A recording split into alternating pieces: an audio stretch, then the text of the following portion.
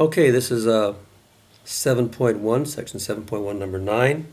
And it says an automobile accelerates from rest at 1 plus 3 times the square root of 3 miles per hour per second. That's the acceleration. For 9 seconds, what is its velocity after 9 seconds, and how far does it travel in those 9 seconds? So first of all, we'll rewrite our acceleration as a function of t. Instead of using the square root of t, we'll write it as 1 plus 3 times t to the 1/2. Now that's going to be miles per hour per second, so we have to watch our units here. We'll have to take care of that at the end. And this is for 9 seconds. So first of all, I know that the acceleration is, remember, just the derivative of the velocity with respect to t.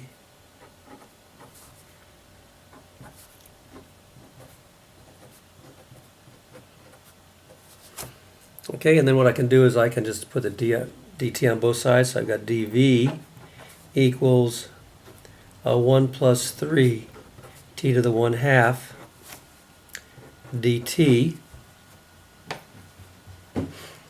And then I can integrate both sides.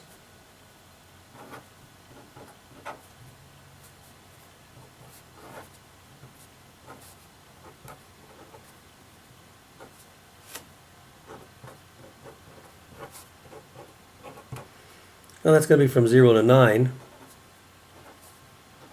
there's lots of different ways you could do this. You could use the differential equation also, approach it from differential calculus, but this is much kind of like the example we saw with some slight variations, but pretty close to that.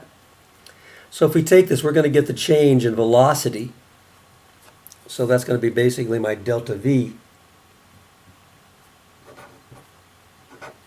And that's going to be from 0 to 9. Which is going to give me my actual velocity because my initial velocity was 0. And that's going to be equal to this. Now we can take the antiderivative of this, and we're going to get t plus, and this is going to be 3t. I'll add 1 to the 1/2, so I get 3/2. That's going to be divided by 3/2 or times 2/3. And we're going to evaluate this from 0 to 9.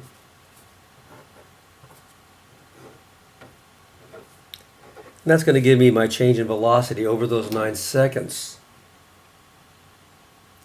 So I know my delta v, and that equals, I can simplify this up a little bit, and that's going to be equal to t.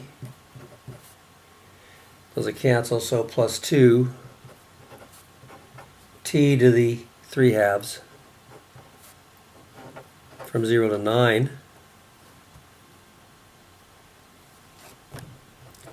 And that's going to be, now if I put the 0 here, those are going to cancel, so I don't have to worry too much about that. So if I put 9 in here, I get 9 plus 2 times 9 to the 3/2. That's going to be this part evaluated at 9. That's my, my f of b minus f of a, f of b minus f of a. Well, actually, this would be my f of b here.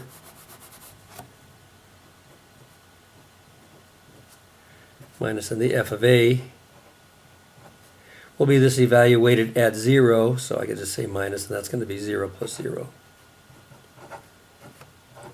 So that's going to go away. Then I can simplify this pretty fast. This will equal 9 plus, and then what's the square root of 9? 3. What's 3 cubed? 27, so 2 times 27.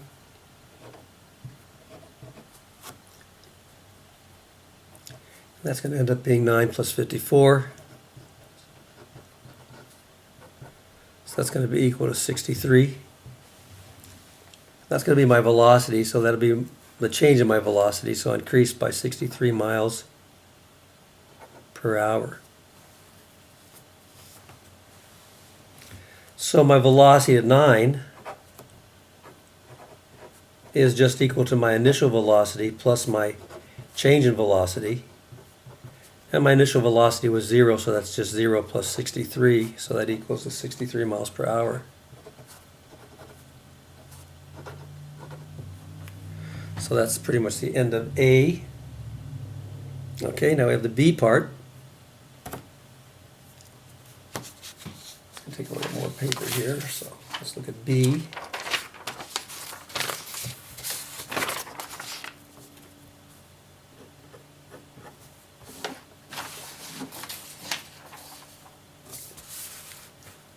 Now remember what B wants is how far did the car travel in those 9 seconds.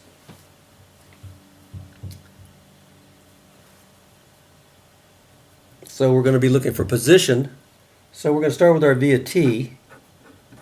Like I said before, there's different ways to do this. That's going to be equal to V sub 0 plus, now we're going to do this in terms of t, not 9, not in a particular case, because we want to get a general equation. So we're going to write this as the integral from 0 to t for any time t, so we can get a general equation. And that's going to be 1 plus, and then we're going to say, use our dummy variable, 3u to the 1/2 du.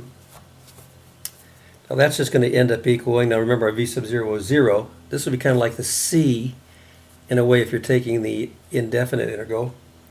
So we're trying to work this t in to get a general equation, so we end up with 0 plus, and then if I just keep this consistent, I've got u plus 2u to the 3/2.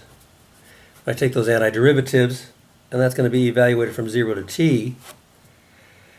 So that's going to give me just v of t equal to t plus 2t to the 3/2. Okay, so that gives me an equation for v of t, kind of like at the beginning when I had a of t. Remember over here when we started with this, we had a of t as, a just the acceleration as a function of t. Now we've got the velocity as a function of t by using this technique. And like I said, you could use it doing antiderivatives.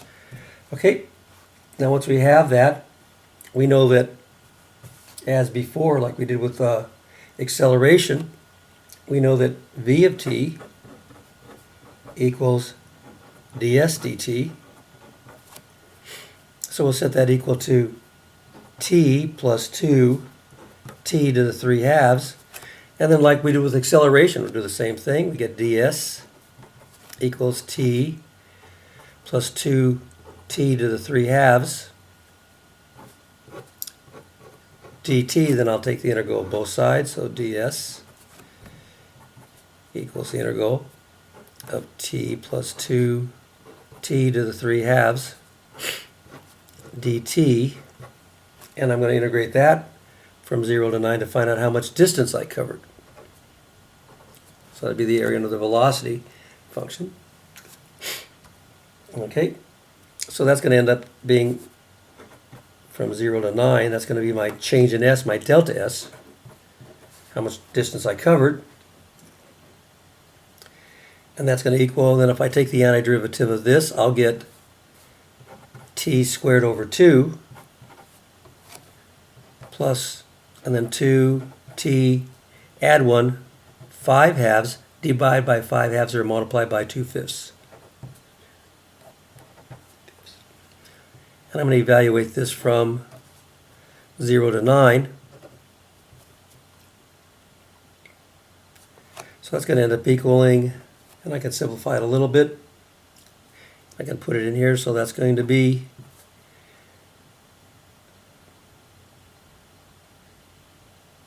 let's see, we'll take t squared, so that's going to be 9 squared. 9 squared over 2 plus 2 times 2, which is 4, over 5. And that's going to be 9 to the 5/2.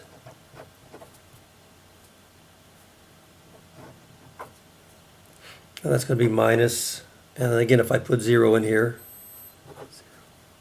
plus 0. And again, we're evaluating this, so this is going to be the f of b minus the f of a. So again, our fundamental theorem of calculus. Is that all right so far? Okay. So it looks pretty good. So what's this going to be? This will be my delta s. And that's going to be 81 over 2 plus 4 over 5. And the square root of 9 is 3. And 3 to the 5th is 243. And I kind of worked this out arithmetically. So this is 405 over 2 plus 1944. Well, actually, I made this into a common denominator, so that was going to be 405 over 10, pardon me. Because I multiplied the top and the bottom by 5. And then I worked this out, I multiplied the top and the bottom by 2, so I could also get a 10 there. So that ended up being 1944 over 10.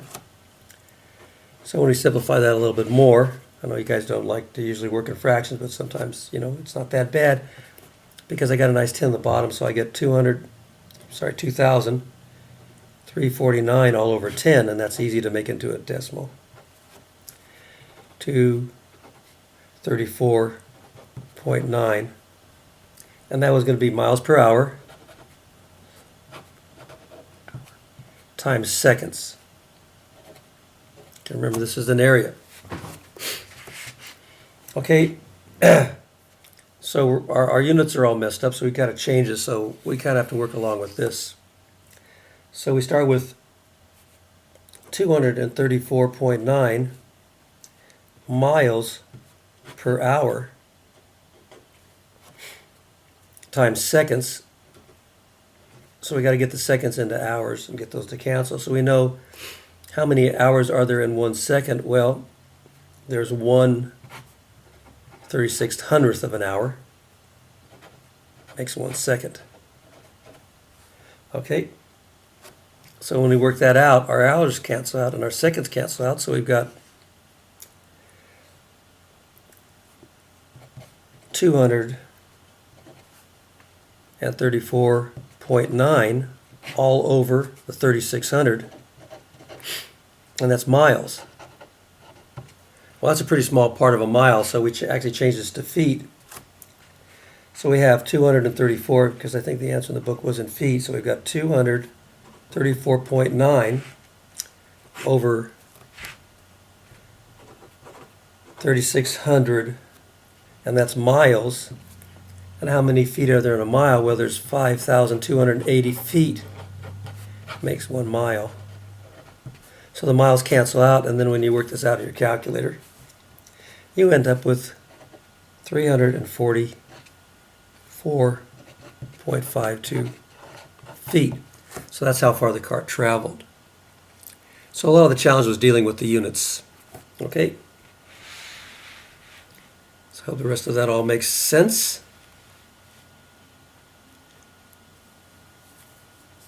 And like I said, there are a little bit easier ways to deal with that just using differential calculus, but this was kind of the way they did it in the example 4, so I kind of wanted to be consistent with that.